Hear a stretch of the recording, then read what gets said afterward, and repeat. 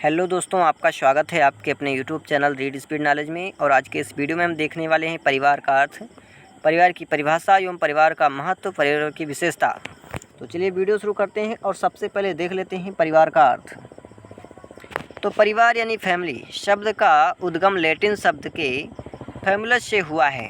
यानी फैमिली शब्द का उद्गम स्थान क्या है? तो लैटिन भाषा के फैमुलस शब्द से हुआ है, जो एक ऐसे समूह के लिए प्रयुक्त होता है। यानी जो एक ऐसे समूह के लिए प्रयुक्त होता है या हुआ है जिसमें माता पिता, बच्चे, नौकर और दास हों। यानी परिवार ऐसे समूह के लिए प्रयुक्त हुआ है परिवार शब्द, जिसमें माता पिता, बच्चे और नौकर और दास हों।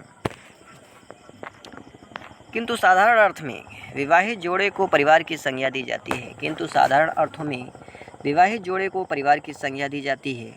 किंतु समाजशास्त्रीय दृष्टि से यह परिवार शब्द का सही उपयोग नहीं है। यानी विवाहित जोड़े को परिवार की संज्ञा जो दी जाती है, समाजशास्त्रीय दृष्टि से यह परिवार शब्द का सही उपयोग नहीं है, बल्कि परिवार में माता पिता एवं बच्चों का होना आवश्यक है। परिवार में माता पिता एवं बच्चों का होना आवश्यक है। अब आगे देखते हैं परिवार किसे कहते हैं। अगला प्रश्न है कि परिवार किसे कहते हैं। तो परिवार समाज की वह केंद्रीय इकाई है। परिवार है क्या? तो परिवार समाज की वह केंद्रीय इकाई है जिसमें भाई बहन, चाचा चाची, भतीजा भतीजी, दादा दादी आदि सदस्य, माता पिता सम्मिलित होते हैं और जो पारस्परिक स्नेह और उत्तरदायित्व की भावना से परिपूर्ण होते हैं। परंतु परिवार का यह स्वरूप केवल भारतवर्ष में ही देखने को मिलेगा। पाश्चात्य देशों में परिवार का तात्पर्य समाज की उस इकाई से लगाया जाता है। यानी भारत में ऐसा परिवार आपको देखने को मिलेगा जिसमें माता पिता, भाई बहन, दादा दादी, चाची चाचा मिलते हैं, जबकि पाश्चात्य देशों में ऐसा नहीं है। वहाँ परिवार का तात्पर्य समाज की उस इकाई से लगाया जाता है जिसमें माता पिता और उनके अविवाहित बच्चे ही सम्मिलित होते हैं। यानी जिस बच्चे की शादी नहीं हुई है वो परिवार में सम्मिलित है, जिसकी शादी हो गई वो परिवार से अलग हो जाता है। अब आगे परिभाषा देख लेते हैं। तो किंग्सले डेविस के अनुसार परिवार ऐसे व्यक्तियों का समूह है जिसमें सगोत्र के संबंध होते हैं। परिवार ऐसे व्यक्तियों का समूह है जिसमें सगोत्र के संबंध होते हैं और जो इस प्रकार एक दूसरे के रक्त संबंधी होते हैं। दूसरी परिभाषा है क्लेयर के अनुसार कि परिवार से आशय संबंधों की उस व्यवस्था से है। परिवार से आशय संबंधों की उस व्यवस्था से है जो माता पिता तथा उनके संतानों के बीच पाई जाती है। अगली परिभाषा बोगार्ट के अनुसार है। बोगार्ट्स के अनुसार है कि परिवार एक छोटा सामाजिक समूह है। परिवार एक छोटा सामाजिक समूह है जिसमें साधारणतः माता पिता एवं एक या एक से अधिक बच्चे होते हैं, जिसमें स्नेह एवं उत्तरदायित्व का समान हिस्सा होता है तथा जिसमें बच्चों का पालन पोषण उन्हें स्वनियंत्रित एवं सामाजिक प्रेरित व्यक्ति बनाने के लिए होता है। उनका पालन पोषण क्यों होता है? तो स्वनियंत्रित एवं सामाजिक प्रेरित व्यक्ति बनाने के लिए होता है। अब आगे देख लेते हैं परिवार का महत्व। तो सामाजिक संस्थाओं में परिवार का अत्यंत महत्वपूर्ण स्थान है। सामाजिक संस्थाओं में परिवार का अत्यंत महत्वपूर्ण स्थान है। यह संस्था सर्वाधिक अस्थायी संस्था है। यानी परिवार कैसी संस्था है? तो अस्थायी संस्था है। कैसी? सर्वाधिक अस्थायी संस्था है। विश्व का कोई ऐसा समाज नहीं है जहाँ परिवार का अस्तित्व ना हो। यानी विश्व का कोई भी ऐसा समाज नहीं है जहाँ परिवार का अस्तित्व ना हो। परिवार का महत्व उसके द्वारा किए गए जाने वाले कार्यों से स्पष्ट होता है। परिवार का महत्व कैसे जान पाएंगे? तो उसके द्वारा किए जाने वाले कार्यों से स्पष्ट होता है कि परिवार कितना महत्वपूर्ण है। तो चलिए देख लेते हैं कि परिवार की निम्नलिखित विशेषताएं या कार्य, जिसमें पहला यौन इच्छाओं की पूर्ति। जैविकीय कार्य में क्या है? यौन इच्छाओं की पूर्ति। यानी पहला भाग है जैविकीय कार्य, जिसमें आ है यौन इच्छाओं की पूर्ति। यानी परिवार केवल पेट की भूख नहीं मिटाता। परिवार क्या करता है? केवल पेट की भूख नहीं मिटाता कि आप भूखे हैं तो आपको भोजन दिया, बल्कि मनुष्य के समस्त इच्छाओं की पूर्ति करता है। अगर व्यक्ति उन सभी इच्छाओं की पूर्ति परिवार से अलग जाकर करता है तो उसके व्यक्तित्व पर सवाल उत्पन्न हो सकता है। इसके साथ साथ ही इन इच्छाओं की पूर्ति सुचारू एवं संयमित एवं वैधानिक ढंग से नहीं हुआ तो समाज में मानव मस्तिष्क कुंठित हो सकता है। क्या होगा? मानव मस्तिष्क कुंठित हो सकता है, जिससे संपूर्ण व्यक्ति भंग नहीं बल्कि संपूर्ण सामाजिक व्यवस्था को भंग होने का खतरा बना रहता है। कहने का अर्थ है कि यौन इच्छाओं की पूर्ति व्यक्ति कैसे करता है, तो समाज में यानी परिवार में रहकर ही करता है। यदि परिवार से अलग जाकर के यौन इच्छाओं की पूर्ति करता है, उससे संतान उत्पत्ति होती है, तो इससे क्या होगा कि समाज उसे स्वीकार नहीं करेगा। इससे क्या होगा कि परिवार विघटित हो जाएगा। चलिए अब अगला देख लेते हैं। अगला है संतानोत्पत्ति। परिवार का महत्वपूर्ण कार्य संतान उत्पन्न करना। यौन इच्छाओं की पूर्ति के परिणाम स्वरूप संतान उत्पन्न होती है। यानी परिवार का जो प्रमुख कार्य क्या है कि संतान उत्पन्न करना। अब संतान उत्पन्न कैसे होगी, तो यौन इच्छाओं की पूर्ति के परिणाम स्वरूप संतान उत्पन्न होती है। वैसे भी प्रत्येक स्त्री पुरुष में माँ बनने की अपार लालसा होती है। परिवार में उत्पन्न बच्चा प्रबल इच्छा होती है। यानी परिवार में उत्पन्न बच्चे की प्रबल इच्छा होती है। परिवार में उत्पन्न बच्चा वैध माना जाता है। यानी जो परिवार में पैदा होता है जो बच्चा, वो वैध माना जाता है, अवैध नहीं माना जाता है, क्योंकि समाज द्वारा इसे स्वीकृति प्राप्त होती है। यानी जो बच्चा परिवार में जन्म लेता है उसको समाज द्वारा स्वीकृति प्रदान की जाती है। अब अगला देखते हैं। अगला है प्रजाति की रक्षा। तो परिवार प्रजाति की रक्षा करता है। परिवार क्या करता है, प्रजाति की रक्षा करता है, अर्थात संतान उत्पत्ति से परिवार का आकार बढ़ जाता है। संतान के उत्पन्न होने से, बच्चा पैदा होने से परिवार का जो आकार है बढ़ जाता है, क्योंकि एक सदस्य और जुड़ जाता है। वृद्धजनों की मृत्यु होती रहती है। यानी जो बूढ़े लोग हैं वो मरते रहते हैं, उनके स्थान पर नए बच्चे उनका स्थान ग्रहण करते रहते हैं। अब अगला देख लेते हैं। अगला है सामाजिक कार्य। तो मनुष्य एक सामाजिक प्राणी है, अतः इसके लिए निम्न सामाजिक कार्य हैं। तो पहला जिसमें है कि व्यक्ति का समाजीकरण। परिवार में व्यक्ति का समाजीकरण अत्यंत सुचारू रूप से होता है। यानी परिवार में क्या होता है, बच्चे का समाजीकरण अत्यंत सुचारू रूप से होता है। यानी जब बच्चा रहता है तभी से उसका समाजीकरण होना प्रारंभ हो जाता है। परिवार व्यक्ति के व्यवहारों पर नियंत्रण रखता है। परिवार क्या करता है, व्यक्ति के व्यवहारों पर नियंत्रण रखता है, उसे कोई गलत काम नहीं करने देता है।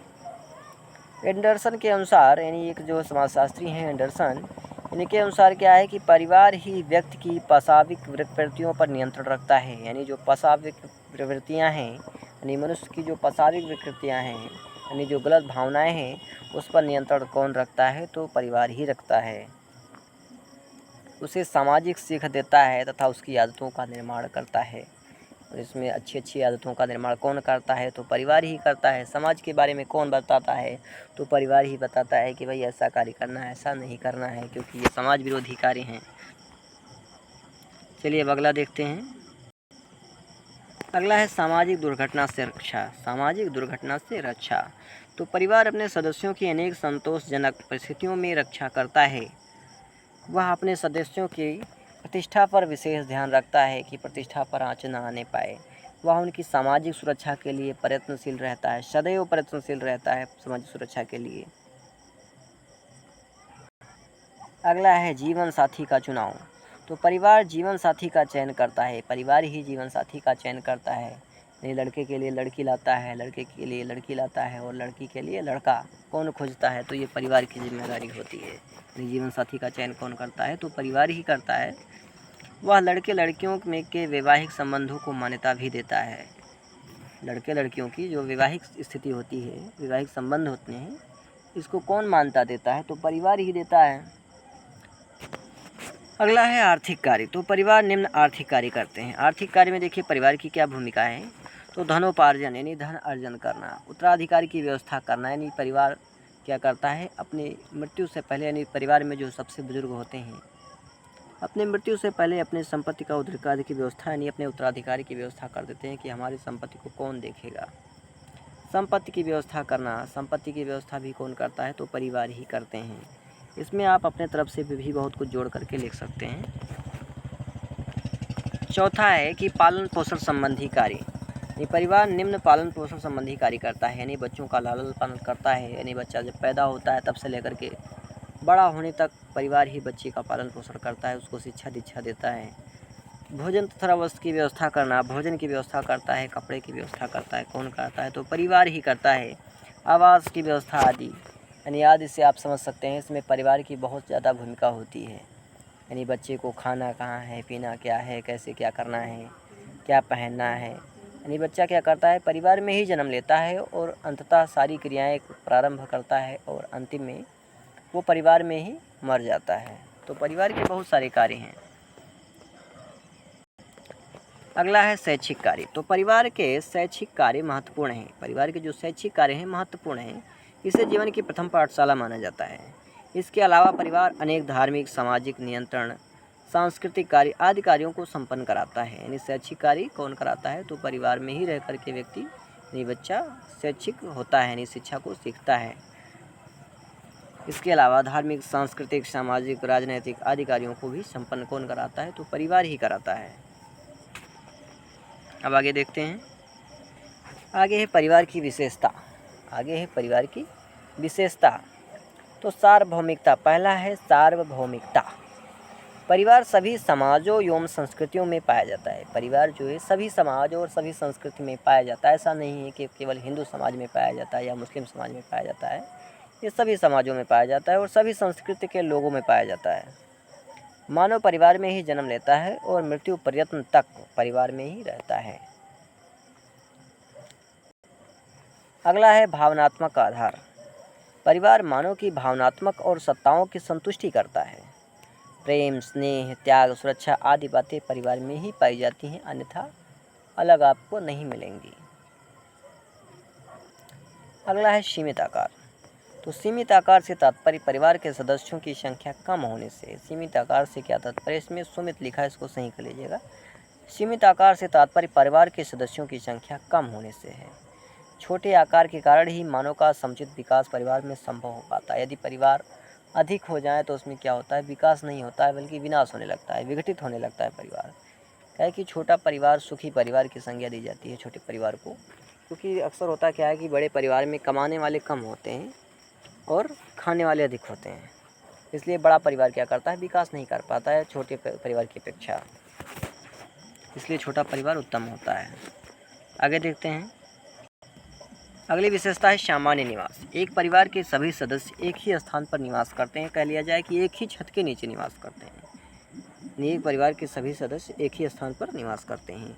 इस प्रकार सामान्य निवास परिवार का एक सामान्य लक्षण है। यानी सामान्य निवास परिवार का क्या है, एक सामान्य लक्षण है।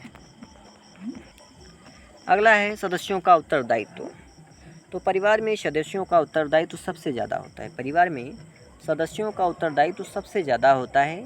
परिवार एक प्राथमिक समूह होता है। परिवार क्या है, प्राथमिक समूह होता है। सागोत्र संबंध होते हैं, रक्त संबंधी होते हैं, प्राथमिक समूह के संबंध कहे जा सकते हैं। यानी प्रारंभिक समूह के संबंध में कहा जा सकता है कि इसमें उत्तरदायित्व सीमित रहता है। यानी उत्तरदायित्व क्या होता है, सीमित रहता है।